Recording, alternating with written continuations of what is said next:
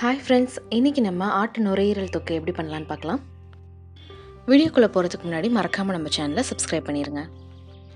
இது செய்கிறதுக்காக நான் ஒரு மண் பாத்திரம் எடுத்திருக்கேன். இதில் 3 டீஸ்பூன் நல்லெண்ணெய் சேர்த்துக்கிறேன். அடுத்ததாக பிரியாணி இலை, பட்டை, கிராம்பு, ஏலக்காய், சோம்பு இதெல்லாமே கொஞ்சமாக சேர்த்துக்கிறேன். நல்லா பொரிஞ்சதுக்கப்புறமா இது கூட 10 சின்ன வெங்காயம் கட் பண்ணி சேர்த்துக்கிறேன். 2 நிமிஷத்துக்கு இதை நல்லா வதக்கிக்கலாம்.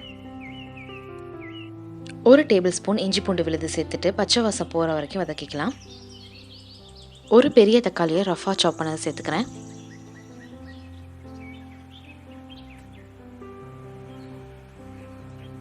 இப்போ நம்ம க்ளீன் பண்ணி வச்சுருந்த ஆட்டு நுரையீரல் 1/4 கிலோ சேர்த்துக்கிறேன்.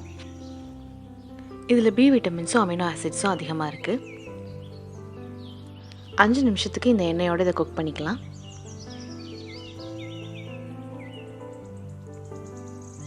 அரை டீஸ்பூன் மஞ்சள் தூள் சேர்த்துக்கிறேன். நம்ம நான்வெஜ் ரெசிபிஸ் குக் பண்ணும்போது மஞ்சள் தூள் அதிகமாகவே சேர்த்துக்கோங்க. அப்போ தான் அந்த ஸ்மெல் வராமல் இருக்கும்.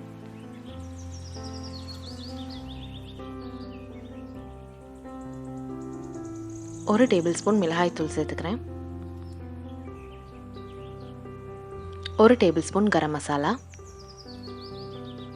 1 டேபிள் ஸ்பூன் மல்லித்தூள். இது கூடவே தேவையான அளவு உப்பு சேர்த்துட்டு இந்த மசாலாவோட இதை நல்லா குக் பண்ணிக்கலாம்.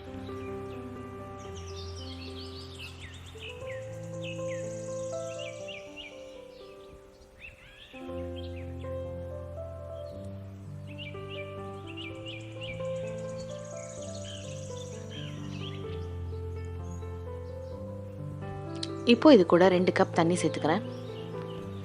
இதை நல்லா கலந்து விட்டதுக்கப்புறமா மூடி வச்சு 20 நிமிஷத்துக்கு குக் பண்ணிக்கோங்க.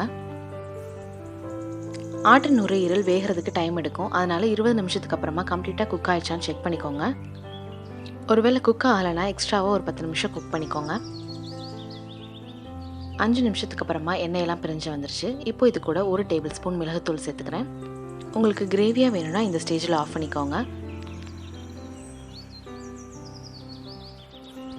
கடைசியாக இது கூட கொஞ்சமாக கருவேப்பிலையும் கொத்தமல்லியும் சேர்த்துக்கிறேன். இந்த வீடியோ பிடிச்சிருந்தால் லைக் பண்ணுங்கள், கமெண்ட் பண்ணுங்கள், ஷேர் பண்ணுங்கள். மறக்காமல் நம்ம சேனலை சப்ஸ்கிரைப் பண்ணிடுங்க. தேங்க்ஸ் ஃபார் வாட்சிங். பாய்.